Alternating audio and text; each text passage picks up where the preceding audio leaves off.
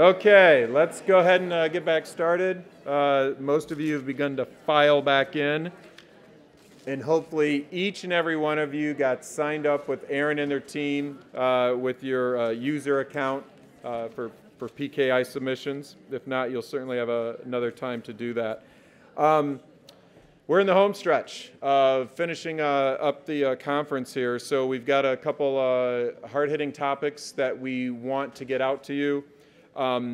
Again, as I mentioned earlier, it's really important to us to show you the benefits of Federalregister.gov from your perspective, not just go through the site and all the functionality, but to really relate it to you.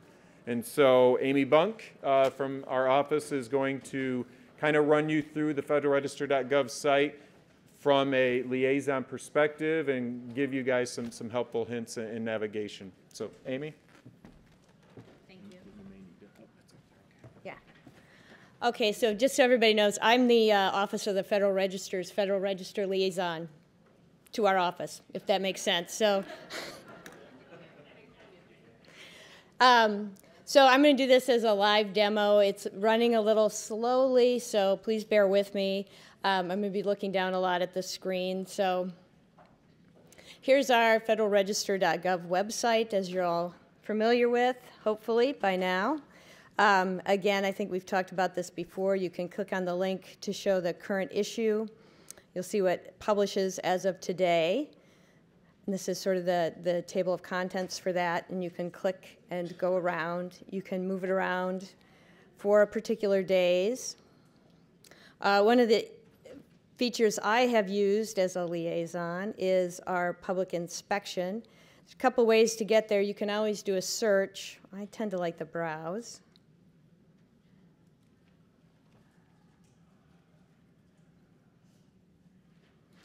Did I mention it was running slowly?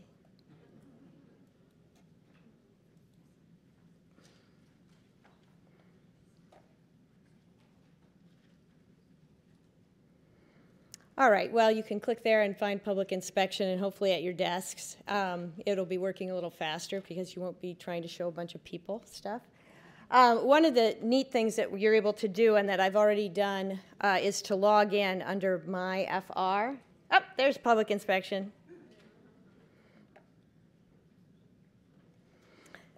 So it's much like the public inspection that you've seen on OFR.gov and the list we used to provide on archives.gov. One of the functions that I should mention to you is that on Federalregister.gov you can go back and look at documents that have now published, but you can look at their public inspection view. So if we go back to May 1st, as it's loading here, so you can actually look at your documents as they appeared on public inspection. Now, if you've withdrawn a document on public inspection, we remove that file entirely and we replace it with a notice that says that the document had been withdrawn, so that that should not be an issue for you.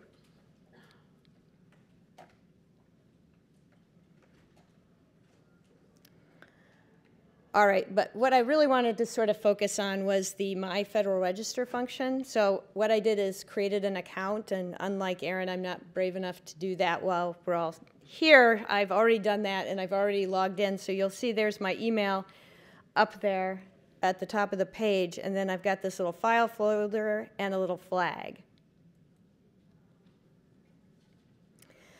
So the file folder goes to a thing called My Clipboard. And so I've saved a bunch of documents into my clipboard, and I can go back and review them. It tells me what day I've clipped them on. You can see I started clipping last November, so I would highly recommend that if you've got some spare time, or if you can make yourself some spare time and sort of just go through the site, set up an account for yourself, and then pick your own agency and some other agencies that might publish a little more frequently, just so you can play around and get used to the site and learn how to use things. That works out well. I can also delete items that I've clipped, so I'm going to delete this one that I clipped from the EPA.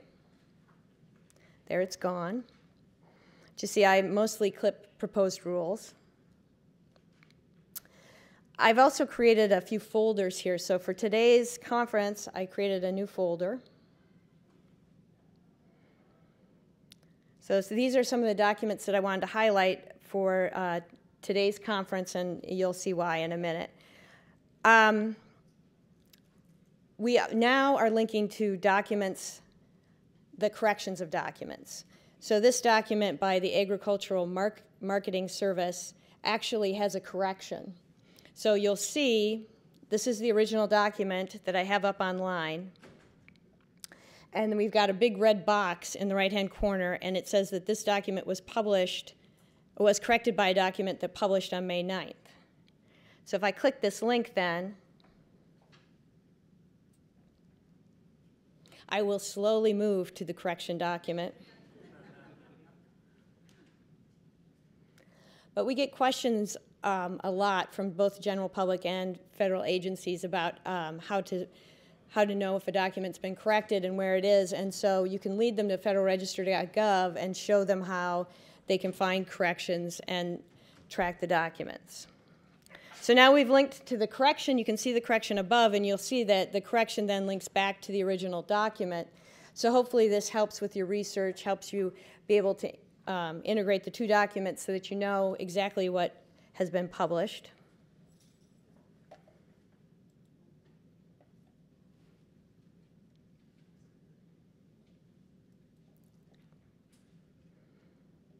Moving back to my clipboard and my Liaison Conference folder.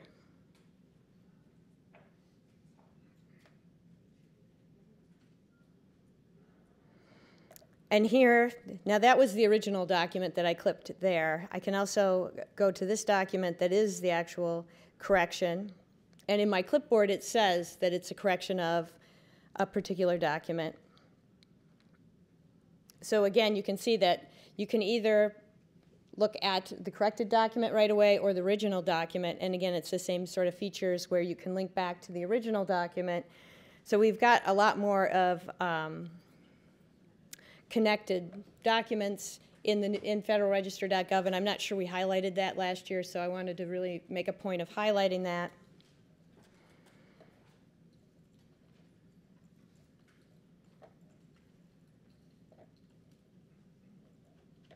Woo.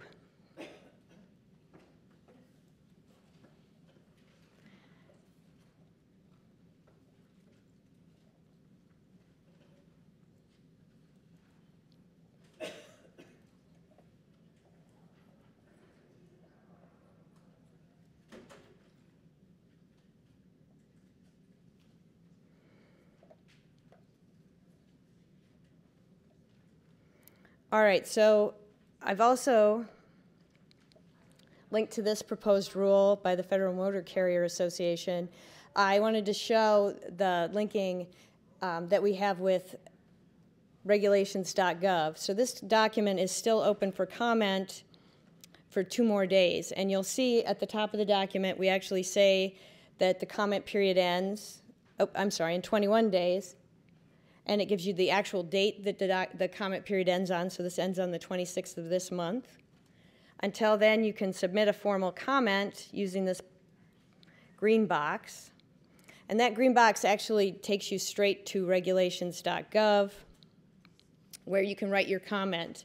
Now, we are working with regulations.gov on a new commenting feature so that you'll be able to actually write your comment in Federalregister.gov.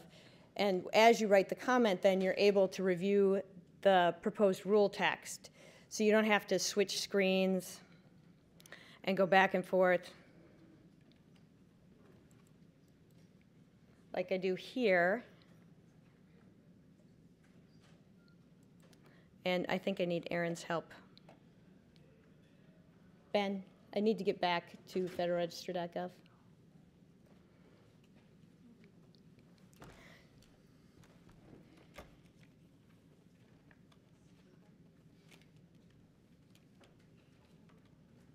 Thank you. It's just Windows F11. Okay, thanks. So like I said, probably but before the end of the summer, you'll be able to actually open a commenting box on Federalregister.gov and be able to review the actual reg text and the preamble of a proposed rule and draft your comment at the same time. So you won't have to have, like I've got up here, 2 separate links. What you'll also notice about this document is that regulations.gov has over 1,000 comments right now. So if you wanted to go and read those comments, now that I have tabs, we'll do it. You can go here and you can start reviewing comments. I found this a useful feature for us as we've reviewed comments on our NPRM. You have links from Reg Info into the unified agenda, and that's all posted, and you can see that you can actually click. And here you go. It asks you which document on that page you want to check out and review. So again, there's a lot more connectivity with this website, and so you can go around and you can actually review the document, click on the links. I think that's one of the things that we've really heard comments from OIRA, other agencies, the public, is that we need to provide ways of linking between the documents. Another cool feature is if you can actually link on the CFR section that's referenced in the document. And what you'll see is you'll get a link to the eCFR to that section, or to that part, depending on what you click to. But that's also a handy feature as well. So again, you don't have to open multiple windows. You don't have to type a lot. You can just click links.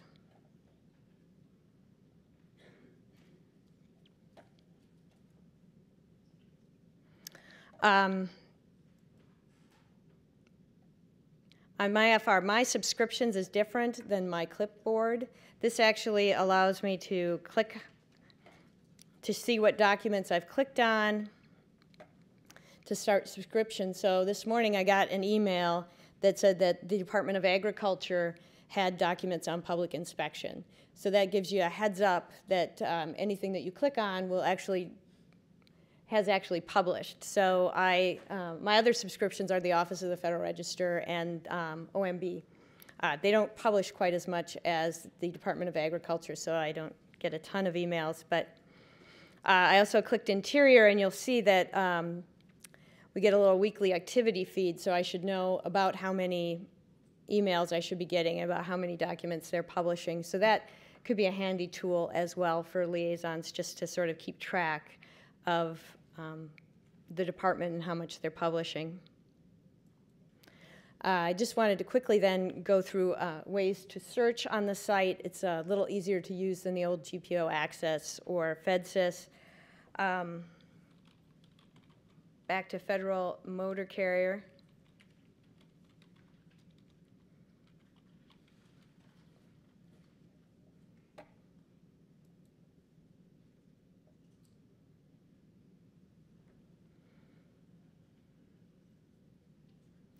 What you'll find here is that when you do a phrase or a word search, you're getting a little more relevant information than you used to get on the old GPO Access.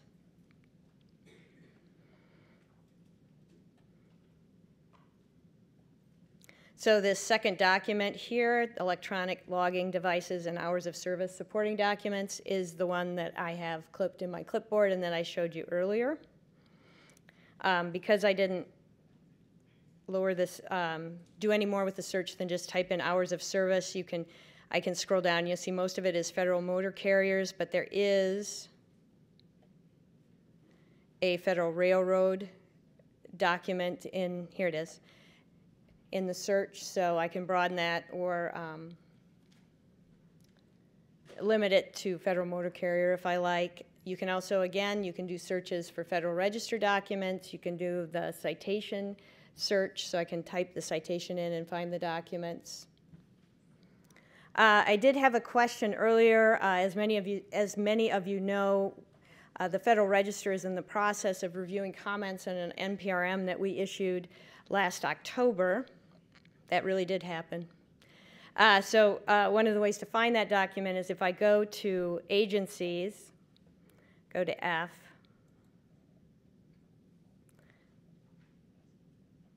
scroll down, you'll see there's Federal Register Office.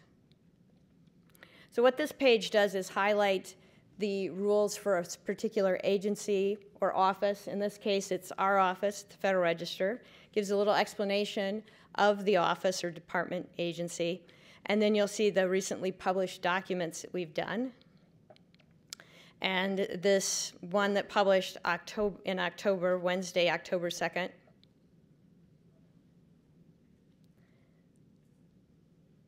is the NPRM where we're reviewing comments. The other two documents, we extended the comment period a little bit, but so you can search by agency as well.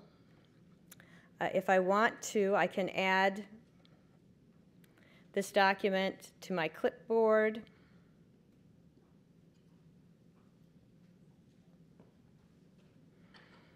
I'm not going to because I already know about it. But so you can add the documents from this page, or I can go to the Federal Register office and add them either to my subscriptions or to the document. So I guess I'll end it there. Thank you very much. No. Oh. Jeez. Oh, the last, before Charlie takes over, anybody who's interested in the modernization of the Federal Register Act, that bill number is HR 4195. Again, it's HR 4195. Call your congressman, tell him to vote for it.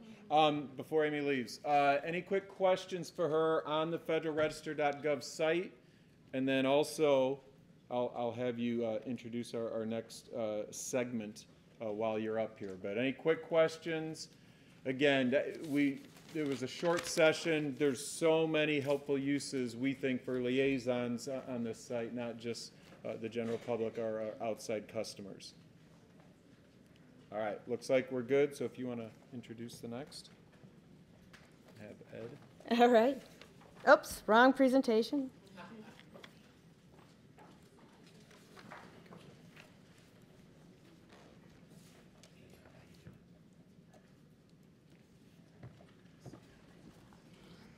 All right, this is Ed. Ed from eRulemaking is here to do a little presentation for us. Thank you very much for coming. Problem. How are y'all doing today? Everybody awake? All right, if you're not, I have been told many a times that I talk too loud. If I'm starting to talk too loud, raise your hand and I'll talk a little louder for you. That being said, I do appreciate being here today. I am Edward Cottrell. I've been in my position about 6 months. Prior to that, I have several years of federal service. But for the last 6 months, I've been the director of the eRulemaking program. And before I get started, I've learned a lot in this position. But one of the things I've come to appreciate is a question my kids ask me all the time. I've done everything from working for the Department of Commerce to working at EPA for water, and I could always explain exactly what I did there. But in this new position, they said, what do you do? And I think this is important to y'all as well. And that is what this position and what y'all do is you guys enable, and I really honestly mean this, you enable the public to engage with their government. And that's, you say, okay, I'm the Federal Register liaison. You're going to see through, hopefully, my presentation, maybe not, I'm going to be at 50,000 feet, but if anyone wants to talk to me about this later and really get into it, it is true. Without y'all getting the information into the system to start that process, the American people cannot comment on rules. They cannot comment and provide their voice. We have elections, we have a lot of that, where they get to put their insight. But these are where they really get to say, this is what I think about what this agency is doing on this reg, irrespective if you agree or disagree with it. So your job is essential. And that's what I can now tell my kids when they ask me, hey, Dad, what do you do? And I can tell them, I say, I work with a bunch of folks who make it so the American folks truly have an opportunity to comment. And y'all do too. And I really appreciate it, and I applaud y'all for all the work you're doing. So that said, I'm going to jump into this. I am excited about being here. I was so excited about being here, I arrived yesterday. And I'm only 4 blocks down the road. I misread my calendar. So that being said, I'm going to move on to the presentation. And I'm glad to hear a couple of y'all laughing, because I am, as I've told many folks, I'm a professional make a fool of myself. So if I say something wrong and you have something you want to throw at me that you don't want back, go ahead and throw it. And I will try. I'm assuming this is the clicker to move through the system. I want to. All right, we'll find out. First step. Let's see. Nope. Let's go to the. There we go. We are on slide 2. Awesome. All right. I don't read slides, but this first slide really sums up a lot, at least in that first statement, of what I just started with, which is, folks, we're here to really make this process work for the folks. And you guys are here to make that as well. We have 37 partner agencies. A lot of folks believe it's just the large regulatory agencies that are involved in eRule. No, of course not. It's 37. We have everything from small agencies to large agencies.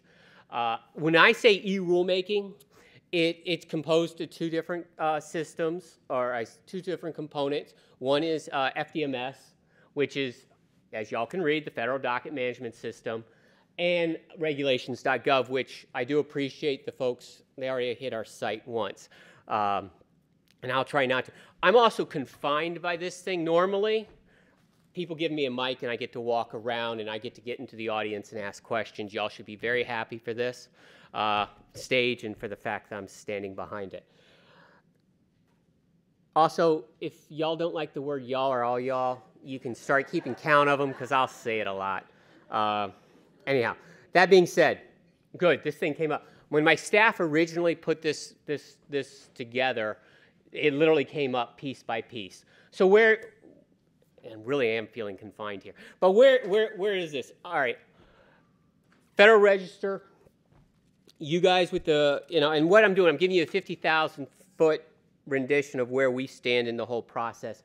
But obviously with the Federal Register and y'all with, basically providing the information, you get it into our system via a FedSync. I hate acronyms, but anyhow, basically electronically get the records in to the. Well, let's see. Let's get this right. These are fed into by FedSync, Federal Digital System operated by GPO. Basically, the register. We basically get a feed. Let's put this in plain English. We get a nice electronic feed from y'all about the different federal, dockets that you're regs that you're about to put into it. And that then goes into FDMS. And that will allow, at that point, once it hits our system, that actually allows the public to start commenting. It also allows the agencies to start doing a lot. And that's where the Federal Document Management System really gets up into play. It allows folks to upload documents, review, and post comments, and I'm going to get into a lot of what that does and how it does it. But the first step is what y'all do, and it is getting the actual documents posted and registered. Let's see if I can keep moving. So, and again, it's a full life. What does FDMS? It's really, the goal of it is to try to make the system be full life cycle, meaning not only get the information into the system, but also ability for the agencies to manage those dockets. So to be able to add information to the docket, see what information's been in there. A lot of y'all, and I'm probably jumping ahead of myself on the slides here, but that just makes the presentation go quicker and y'all can start throwing things faster or asking questions, either one. But it also allows y'all, because I know at least with EPA where, I had was working in the enforcement office before, we actually got a lot of questions about, can you just give us every record that's part of this regulation? FDMS allows you to also manage that and to actually get that data out of the system.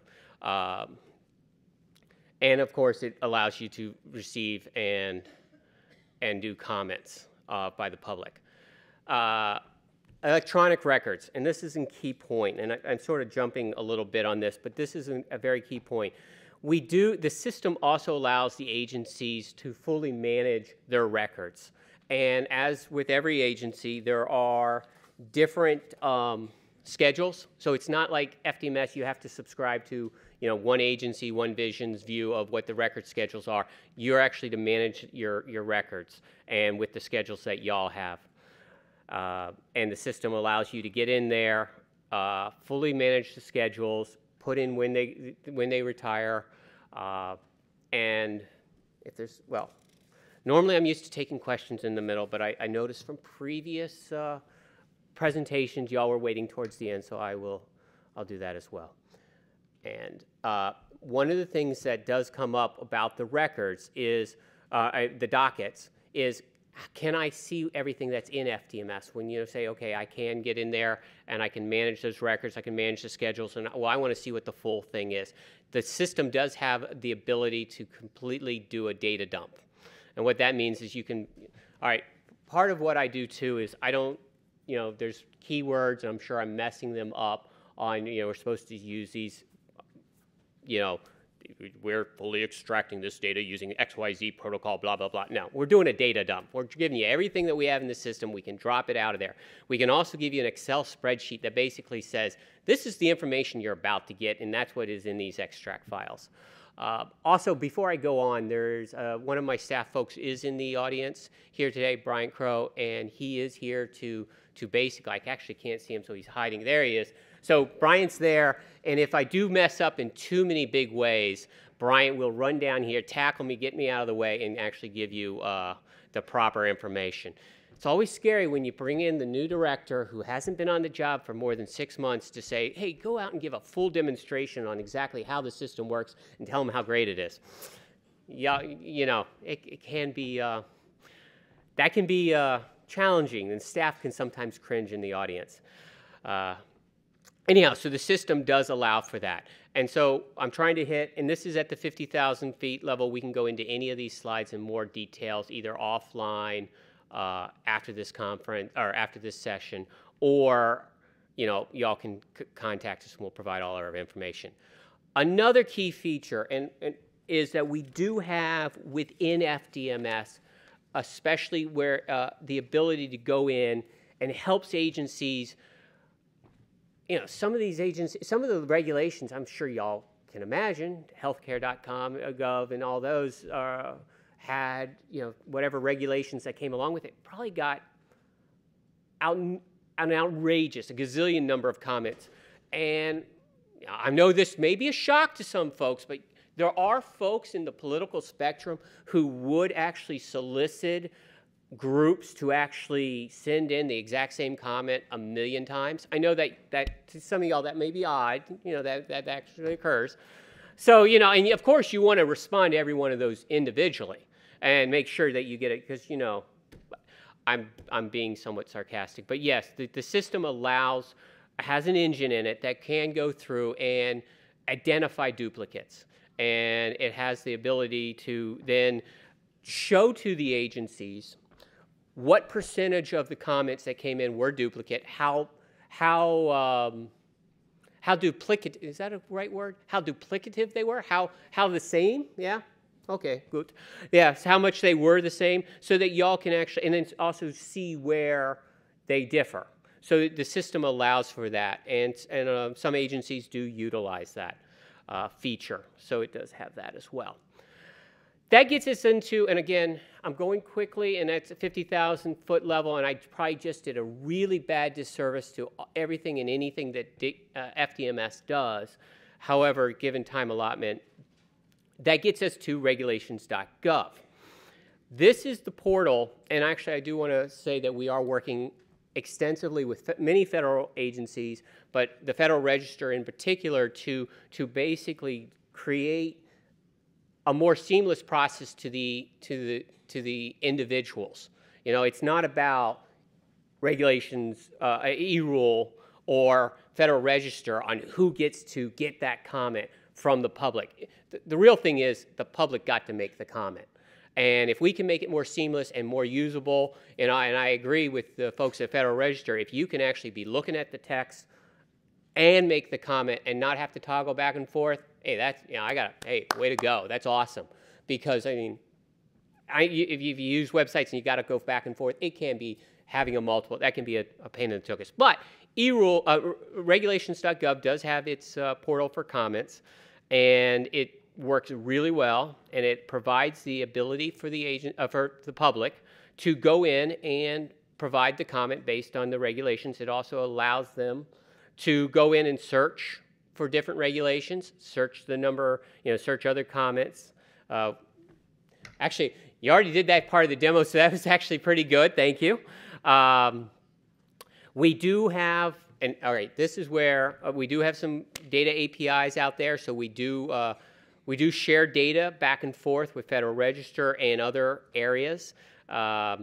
We are also creating, and I guess the next one is our commenting APIs. So we're always innovating, and that's what I want to talk about here. So I don't talk specifically about every detail on these slides, so we can always get into, I can make these available to y'all, and we can go in depth on any of the topics. The kicker I'd say about the APIs is we're trying to make the process easier, more transparent, more user-friendly, less data entry between, hey, I entered it into Federal Register, now I got to go into FDMS, and I've got to re-enter data.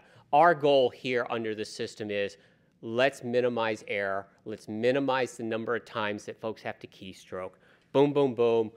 We have less problems, less effort. Agencies can get back to doing the work that they're charged to do, and less effort re-editing data. So that's the basic premise on a lot of our APIs, and also from a commenting standpoint.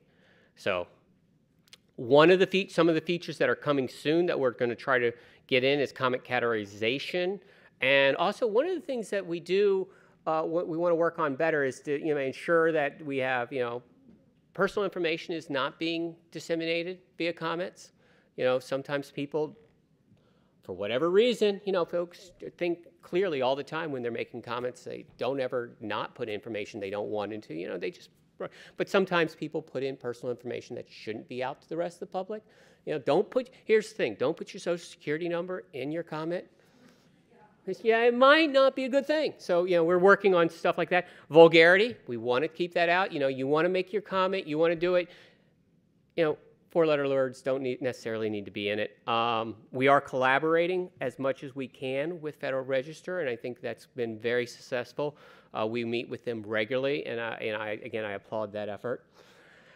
And contact information.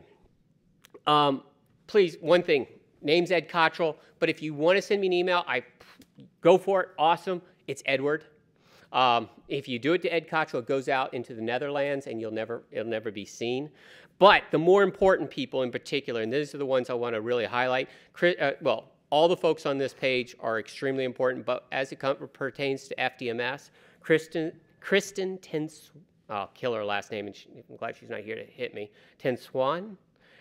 She is the FDMS project manager, and she can give you much more in-depth on how the system actually works. She can also provide, we can do live demos for you or webinars on that.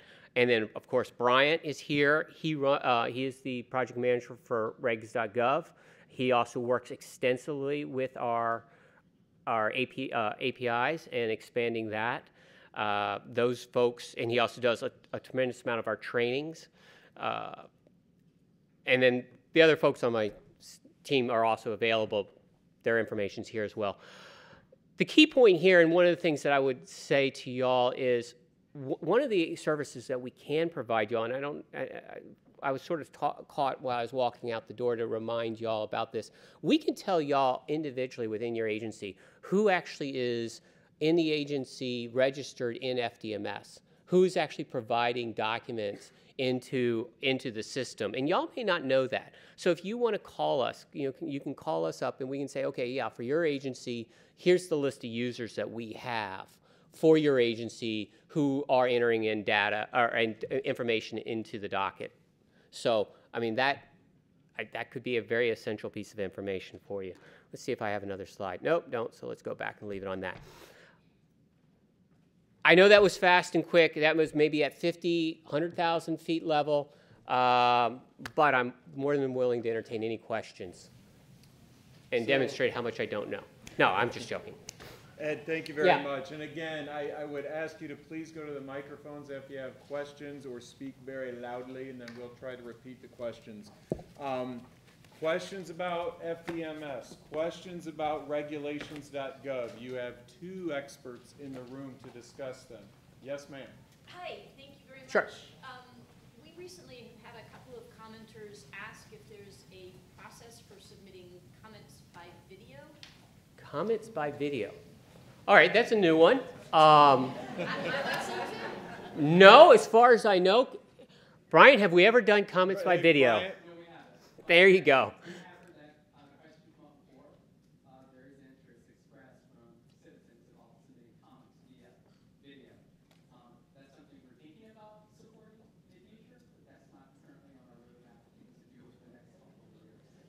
The interesting thing about that one would be how do you handle like personal information and vulgarity? There'd be a lot of questions that you'd have to answer on how to actually handle that. How would you deal with 508 issues?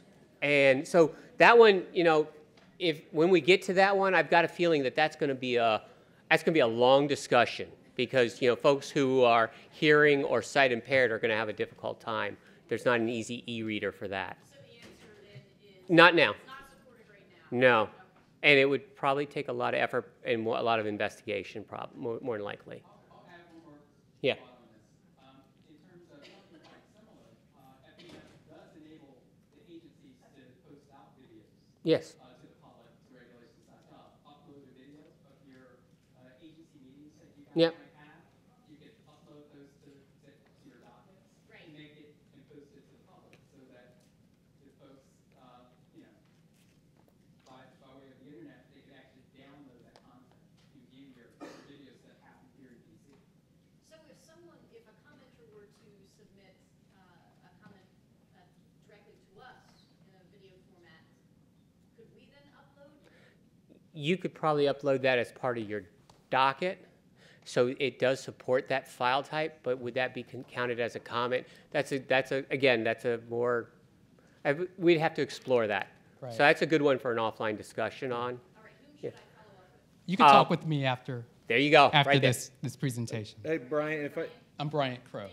Yeah. Brian, if I could ask for the folks online, could you Repeat the the question? And it looked like you were going to add something else Oh, for sure. the folks online. Yeah, sure. The question, as I understand it, is whether a video comment could be posted out by the agencies to the public on regulations.gov. The response to that is we will take that question offline because it's somewhat tricky because when we think about comments in terms of regulations.gov and FDMS, the document type is very significant to help the public find the comments. And those comments are public submission documents, and that's a specific document type. Now, when we talk about making videos available, that's a bit more nuanced. Those aren't public submission document types. So to kind of merge the two together, that's not something that we've been able to do so far. But hearing that particular use case, we could certainly talk about it and see what we can come up with. If other agencies have similar concerns, wanting to do something quite similar to what you've pointed out, I think that's an area that we can explore. One of the things I want to follow up real quick what Brian just said. The eRulemaking program is always looking for agencies who are trying to be innovative in this area, and we're looking for agencies who want to take a lead in a new area, and we will, as best as we can, support them. And so we're always open if you have a new innovative way of dealing with commenting, with how to handle the large amount of documentation that your agency's having to handle. We're always looking for that, and we're looking for agencies who want to take initiative and and partner with us. So, think beyond what you were just talking about. If there's other innovative things, we're always looking for them. Any other questions? And I'm sorry if okay, right here, and go ahead. You mentioned that the FDMS.gov will identify the uniform comments that get sent in from Okay. So here's the question. He asked if FDMS has the ability to identify, your term was uniform comments that are sent in by a group. And I'm sorry, it sounded like that you did do that, and then I was curious if for comments that aren't uniform, do you have software right now, or are you planning into the future that will identify themes from non-uniform comments? All right, so what we do have is the ability, and actually it's good to have Brian in the room here again, but I'm going to start the answer and let him finish it, is we have the ability to identify duplicate comments. So if a comment comes in, we can identify what percentage of that comment is a duplicate of another, and then the ability to then put them into, for no better term, folders, so that they can then be reviewed by the agency. The policy on how agencies deal with duplicate comments is not an eRulemaking effort. It is an individual agency's effort. So y'all's policies on how you respond to duplicates or handle them is totally within y'all's purview. Brian, did you want to add? Yeah, I'll just add that, as you noted, the uniform comments that are being submitted, as Ed pointed out, those are the near duplicate comments that our current FDMS system can detect. And we refer to them as mass mail submissions. So it's just a matter of nomenclature difference that we're referring to here. But in terms of identifying themes in these comments, we did actually work on a pilot project with Health and Human Services, where they had a project where they wanted to do such a thing as identify themes in these comments that they received, because they received massive amounts of comments, as you can imagine, as many of the other agencies do, and they wanted to be able to kind of create sort of buckets, or to be able to auto categorize these comments as they come through, and identifying specific themes. And that was one of the things that Ed, in one of the final slides, noted that comment categorization is one of the new features that we are working on releasing in FDMS. So that's something that's currently on our roadmap that we hope that we can get out within the next year or two. Yeah, and if other agencies have interest in doing similar pilot projects with us along the lines of comment categorization or learning more about it in detail, we could talk about that after the presentation. Right, and to highlight again, this is an area, and I got you coming up next, this is an area where an agency came to us, had a desire, we then piloted with them, and hopefully this will be now a feature that the rest of the community will be able to then take the benefit of as well. Right here in the middle, right behind the, I guess, the camera. Go ahead.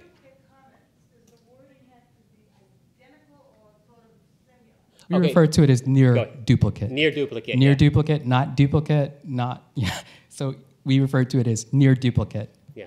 The software actually goes and identifies. So the question was, on the term of duplicate comments, does it have to be identical? The answer is near duplicate. So we evaluate how closely related one comment is to another, and it's assigned a percentage, and then it gets put into buckets based on how identical it is. So you may have some that are 100%, literally they cut and paste, boom, boom, boom. Others where they took they took the initial and then they may have modified it slightly, and it still may be 90 or 80% duplicate. That would then get categorized in the 80 to 90. And then agencies can then go and actually look at those and say, okay, these are 100% identical. Well, let me see those that are 70% identical and see where they differ. And they may want to respond. That's an agency's decision. I'm going to start across the room because I was sitting on this side and I noticed some questions were missed over here. I Go ahead. think we've got time perhaps for two more. I know this gentleman had his hand up. Okay, I got you. And then anybody on this side here? It's hard to see with the light. And you've got one in the back. Do you still have a All question, right. sir? So guy here and then up top there will be the final two. Go ahead. Well, I want to compliment you on finally linking, the Federal Register posting with the comment form. My question is, when are you going to merge the two offices? Now okay, see, now you're getting into a decision topic that is probably a lot longer discussion. Actually, I want to say on your first part, I think you got to turn your heads a lot to the folks over at Federal Register on the work there. I'm not putting down any of the work or downplaying any of the work that my folks have done, but I really do want to say that the Federal Register have been leaders in doing a lot of this merge, and I do appreciate a lot of that work. On your second part, I'm not going to touch that one. And, all the way up at the top. Just quickly, is your software able to now analyze the source of the comment either by a particular industry or from the same computer or whatever launched it? That's a very good question. And I am a firm believer, unless Brian can answer it. Can you answer that, Brian? Because I do not know the answer. We have that capability. First. Brian, hold on. Let me repeat the question first. The question for those on the phone was, can FDMS and the commenting tools, all that, identify basically where the comment came from, what computer or something along that? I'm sort of paraphrasing, the source of the actual comment. I personally do not know the answer to that and can get back to you, unless, Brian, do you have the answer to that? Yes, we have provided that service to agencies in the past who needed to know or verify the source of a comment. There you go. Yep. So thank you very much, y'all, for your time. I'll turn it back over. Thanks, Yep.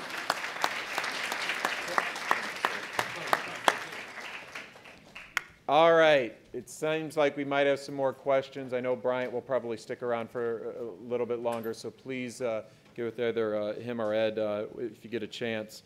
Our last session, last but not least, we're very fortunate to have Kathy Sininger here from the Department of Transportation. How many of you have gone through the regulatory review process? Are vaguely familiar with it?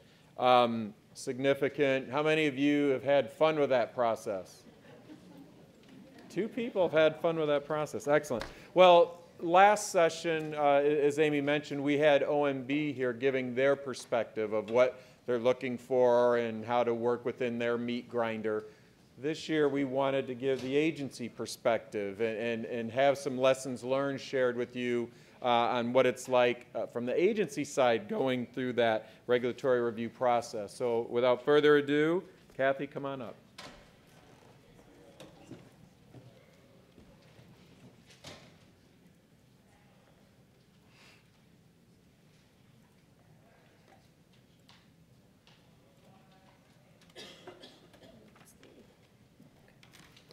Well, good morning. It is still morning. I just checked. I know a lot of you have been sitting here for a while. So with that in mind, I'm going to try and keep this brief. And the slides are actually pretty brief and pretty sparse, so we'll be able to maybe have a little more of a conversation towards the end of this for those of you who have been involved. And for those of you who haven't been involved directly in doing retrospective review of rulemaking, hopefully this will give you some ideas of what people are talking about and perhaps not talking favorably about back in your agencies as they try and implement some of these requirements. As Charlie noted, my name is Catherine Sininger.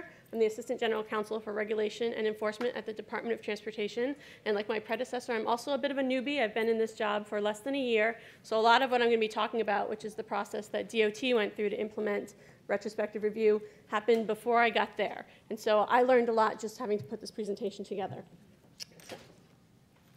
So this is a little bit what we're going to cover, why retrospective review, what the process that DOT went through was, what worked, what didn't work during that review, round 2 with a question mark, and then kind of just get into the idea of the culture of retrospective review. So the first, why retrospective review?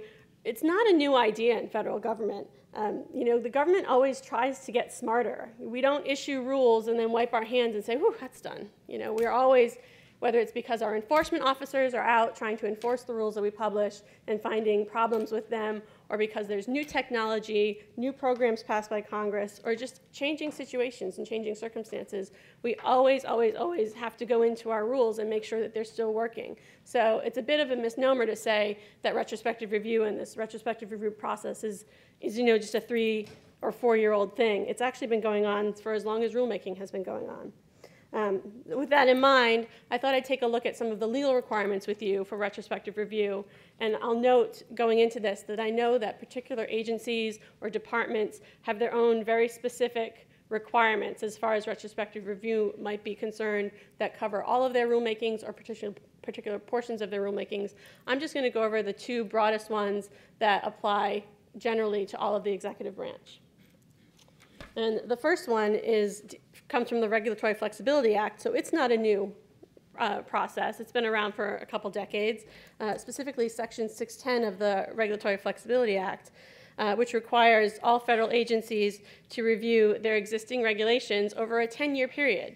And in particular, because the Regulatory Flexibility Act was passed to help small businesses and small entities in dealing with regulatory burdens, its focus is on reviewing these regulations to determine, are they having, and this is where this fun acronym SIZE-NOS comes into effect, a significant economic impact on a substantial number of small entities.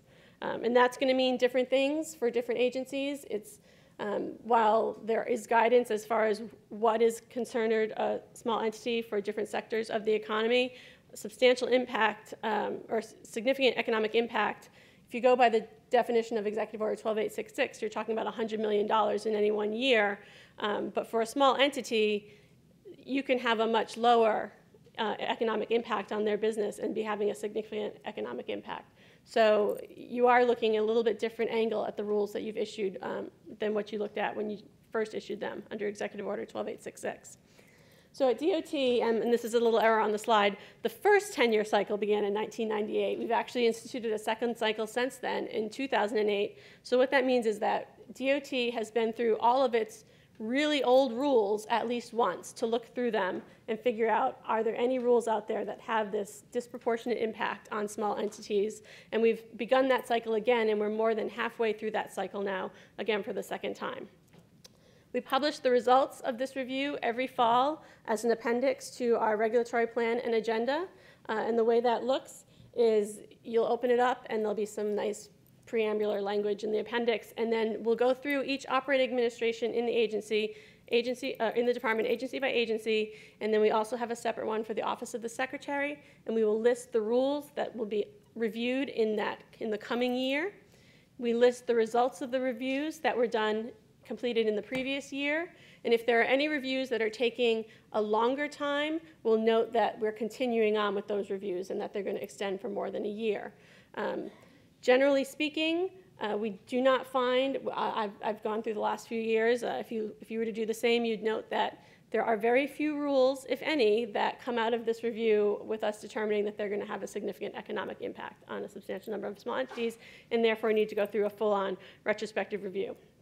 And that perhaps may be part of the reason why back in 2011, even though you have this background of retrospective review, we had the issuance of Executive Order 13563. So it was issued in January of 2011, and it put some really strict timeline requirements on the agencies to come up with a plan that would be developed, submitted to OIRA, approved by OIRA, and then put out to the public on how we were going to periodically review our existing significant regulations.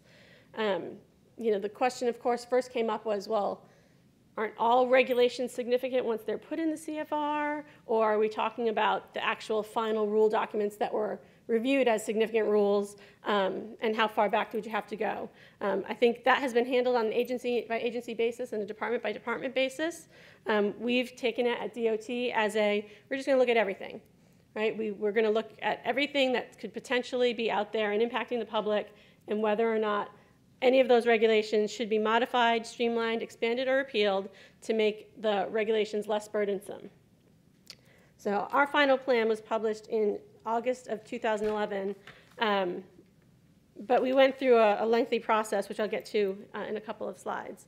But when we issued our final plan, we indicated our commitment to retrospective review. And we indicated that what we really wanted to do moving forward was, rather than do a periodic every 3 years, go back into the regs and review them again, we want to merge everything together. So you really just have one retrospective review going on at any time, giving the public one simple place to look for whatever regulations might be under review at that time period. One place to go to if they have a suggestion for a regulation that should be placed under review. Additionally, that's going to provide the leaders at DOT with a little more oversight into the regulatory review program. In our final plan, we included 79 rulemaking projects that were ongoing or existing that had a retrospective review component to them. We took a very broad view as to what a retrospective review project would be. If any portion of that rule had in it an element that was revising a regulation to reduce burden, removing an outdated regulation, we consider that rule to be a retrospective review regulation. We also identified 56 other rules that we wanted to look at a little more closely before we made a determination as to whether or not we'd actually open a project to change them or whether we determined that they were fine on their own. And of course, as any of your agencies have also done, we've issued 6 updates since that initial plan was published in August of 2011, the last one being this January 2014. So let's get a little bit more into the process that DOT used to create this plan. Less than a month after the publication of the executive order, we published a notice requesting comments on pretty much everything, from how should we go about doing this retrospective review, what rules are out there that you think would qualify for some kind of retrospective review or should just be deleted or changed in some way, and also ask the public, what do you want to see in our plan? We announced a public meeting that we then held a month later in March, and we created an idea scale website to give the public an alternate way, a less formal way to comment on the rule. I think a lot of times the public gets confused with the public docket, even though I think we all look at it and see it's very easy for your uneducated American public person, or even someone who's very public and wants to do it on the fly. They're used to dealing with social media these days, right? You post a comment somewhere, everyone comments on your comment, they like your comment, so they link your comment. This gave them a way to comment on our notice that was very similar to the social media tools that they were already using in their daily lives. And of course, we reached out through any means possible to bring in as many comments as we could on what our plans should look like, including having the secretary of the department post blogs on in his blog, updating our own internal website and external websites. And all resulted in a preliminary plan, which we were able to post in June of 2011, and then the 30-day comment period didn't really result in too many more comments. So we were able to finalize that plan in August. So what worked and what didn't work? One of the pros that my staff has brought up to my attention was, because of security reasons, we needed to get everyone to pre-register for our public meeting. Otherwise, it was going to be very difficult for them to get into the building. But at the same time that we had them do that, we asked them to indicate whether or not they wanted to speak, and if they were going to speak at the public meeting, to give us just a broad topic, a sense of the topic they wanted to speak on, and if it was more than one topic, what would those topics be? And the reason we did this was because it allowed us to structure the public meeting a little more. We could group speakers by topical interest. If we had a chunk of speakers who were going to be addressing Federal Aviation Administration regulations, we could lump them together. This allowed for our administration personnel to not have to sit in the public meeting for the entire building, for the entire day, which is a plus. But it also allowed the actual commenters who were coming to not have to spend an entire day in the Department of Transportation hearing things that they may or may not have any interest in. As you may probably know, the Department of Transportation covers modes from air to rail to sea with MARAD, highways, transit. Someone who's really only interested in a transit regulation is probably not going to want to sit through 3 hours of maritime and air and highway comments. So that was one of the pros that people came back in regards to our process. The cons, surprisingly, was idea scale. It was not utilized by the public as much as we hoped it would be. We had, I think, less than 30 comments actually go onto that website, and they were less useful. They tended to be, and I think we've all seen this, more emotional-based comments as opposed to intellectual and data-driven comments. And there's not, while you certainly want to look at those comments and take them into consideration, there's not a whole lot you can do with them other than say, oh, there seems to be a visceral reaction to this particular rule. But if they don't explain to you why they're having that reaction, and sometimes they may not know, but if they aren't telling you, this is costing me hundreds of thousands of dollars a year, and here's why, and here's what we could be doing instead, there's not much action for the agency to take. And then, of course, it created duplicative comments. People commented on an ideal scale, and then they went over and put the same comment in the docket. And then it created the additional burden upon our staff because we had to manage the idea scale website and then also transfer all of those comments and likes and whatever they might have been over to the docket somehow in a summary. So the takeaway from that, of course, is I don't know that we would use this particular tool again in the future.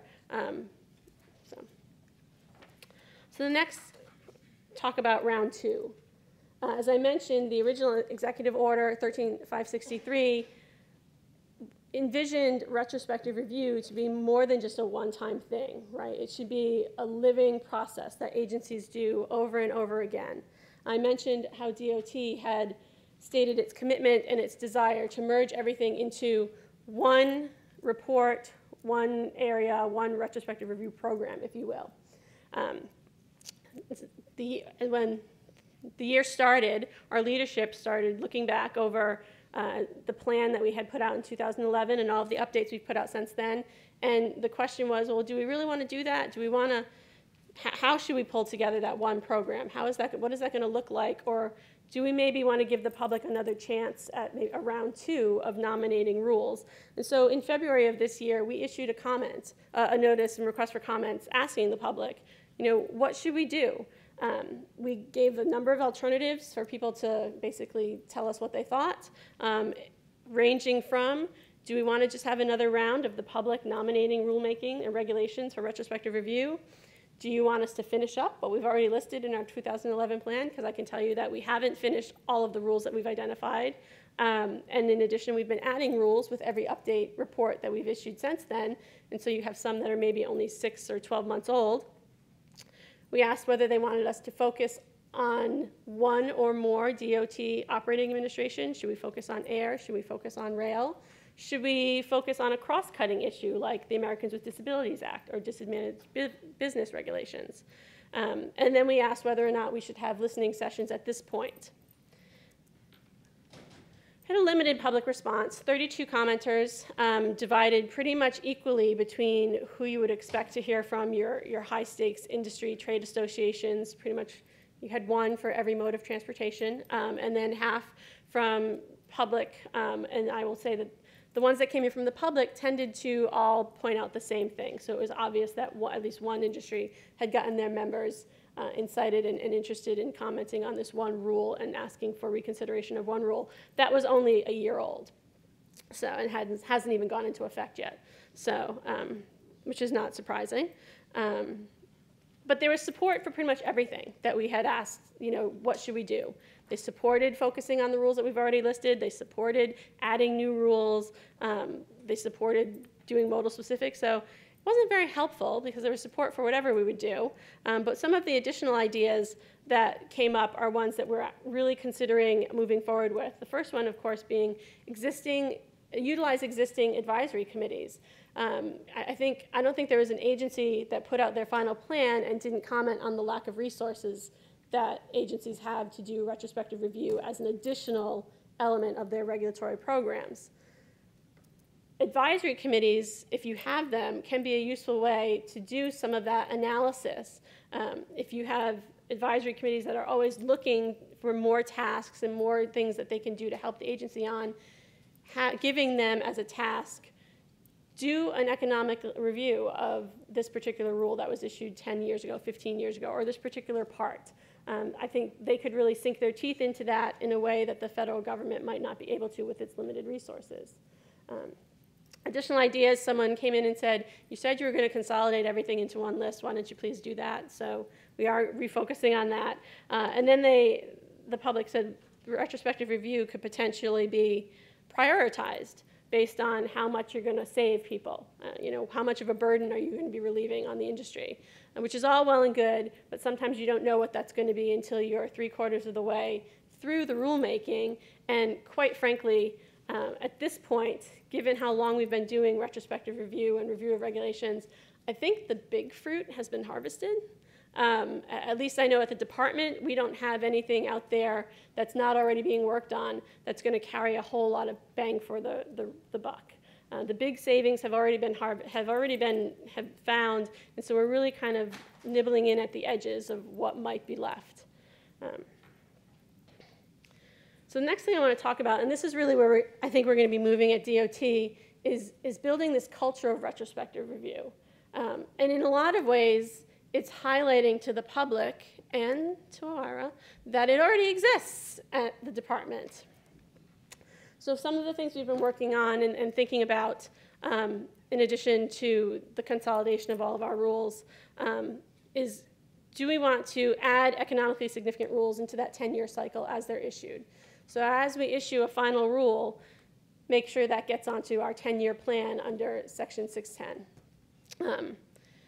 And maybe even if it's going to be out of order. So if it's revising a part that wouldn't be reviewed maybe for 15 years, maybe we accelerate that review a little bit to ensure that we're doing the review 10 years after the final rule was published. We're looking at how do we define our success when we're issuing the final rules. I mean, we all know our agencies issue rules for a reason, whether it's to be implementing a program or because Congress tells us to. In the DOT arena, a lot of times that's because we're looking at creating safer transportation, and we have an idea of what it is we're trying to do, whether it be cut down on accidents or fewer deaths on the highways or whatever, it makes safer air travel. To define that success so that when we go back and do a retrospective review, we can figure out, did we do right? Did we do what it was we were trying to do? Were we successful when we issued this rule? And then if we don't hit it, then you can know, okay, well, this is maybe something we need to relook at. Is there a way to tweak the rule to make it work better? Or were we just overconfident in how successful the rule was going to be? Again, and the last one is something that we are really trying to work hard at DOT, is recognizing and emphasizing there's a retrospective nature in every project. And just because what you end up doing in your rulemaking is not removing a regulation or reducing a burden, in every rule that we issue where you're changing something that's already on the books in the CFR, you're doing a retrospective review. You've done a retrospective review of that rule, and you've determined it's not working in one way, shape, or form. And the answer isn't always reducing burden, unfortunately. Sometimes the answer is increasing the burden. So that's not what the public wants to hear. But I think that our leadership at DOT and even leadership at OIRA, I've been in conversations with them, they recognize that that is the case. And so they're working hard on how to articulate that and to put that in the best egg that they can to feed it to the public. So that's all that I have for today. If anybody has any questions, I'd be happy to take them. Thank you, Kathy. No problem. Again, either go to the microphones or speak loudly. She talked quite a bit about the retrospective review within her agency. So if any of you are going through that or about to go through that or need to go through that, great opportunity for a question. Great. You did so. Behind the camera. Absolutely, sure. Does the process of complying with 5 U.S.C. 610 start in the general counsel's office, or how do you work with other programmatic? So I can only speak for DOT, and it did begin in the general counsel's office with pulling together regulatory councils from the different operating agencies that issue rulemakings at DOT. And each agency kind of has their chunk, if you will, of the CFR that they issue their rules in. And so it was their responsibility to go through and divide that chunk up into 10-year bites. So you have your year 1 parts that you are reviewing all the way down through year 10. And then it was left to the chief counsel's offices to make sure that their programs are working with the chief counsel's office, because the lawyers are typically not the ones who are doing the economic reanalysis. There's either economists on staff or there's program people who have hired out economists on contract. And there are going to be program folks who are implementing the regulations who are going to have a much better idea than the lawyers as to whether or not those regulations are working. So we leave it to each operating agency as to how it's going to actually work from year to year, but the initiation, yes, came from the legal office. Sure. Thank you. Anything else? Great. Thank you, Kevin.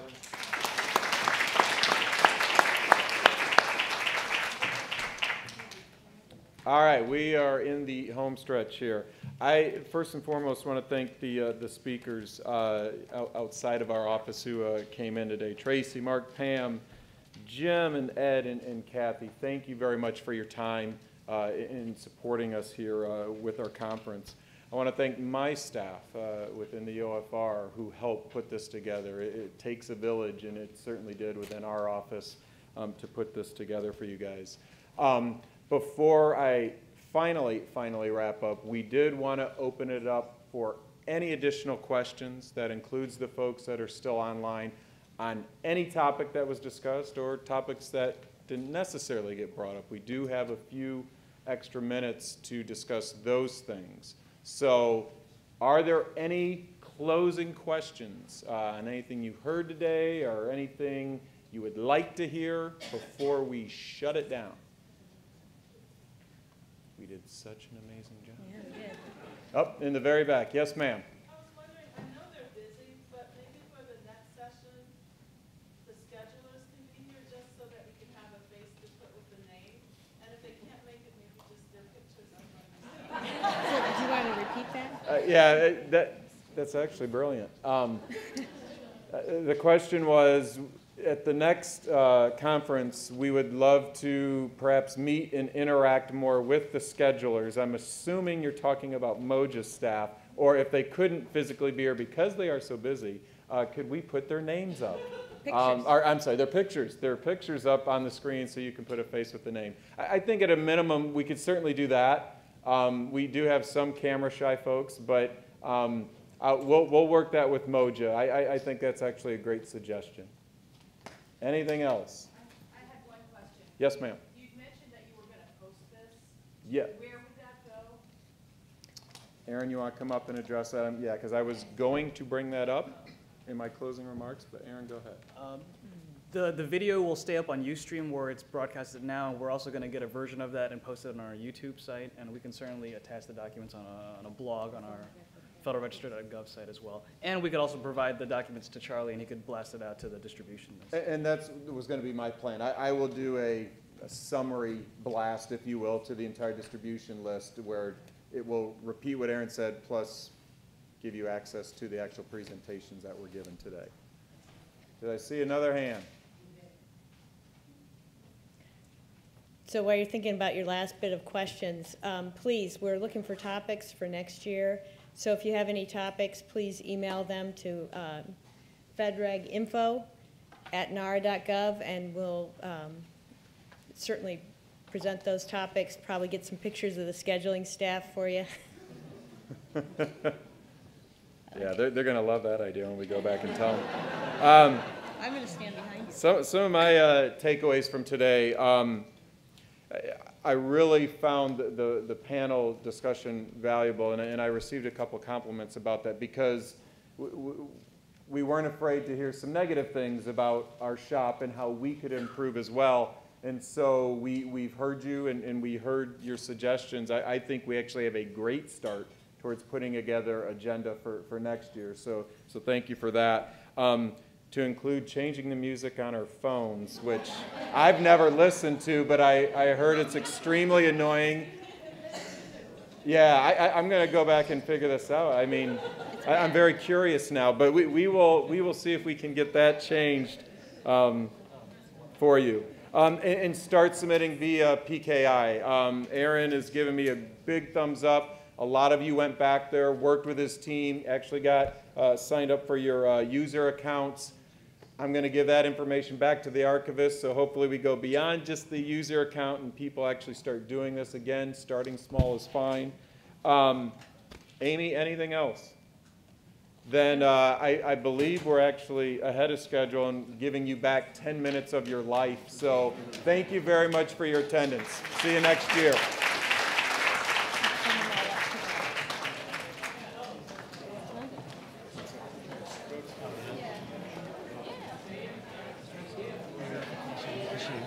and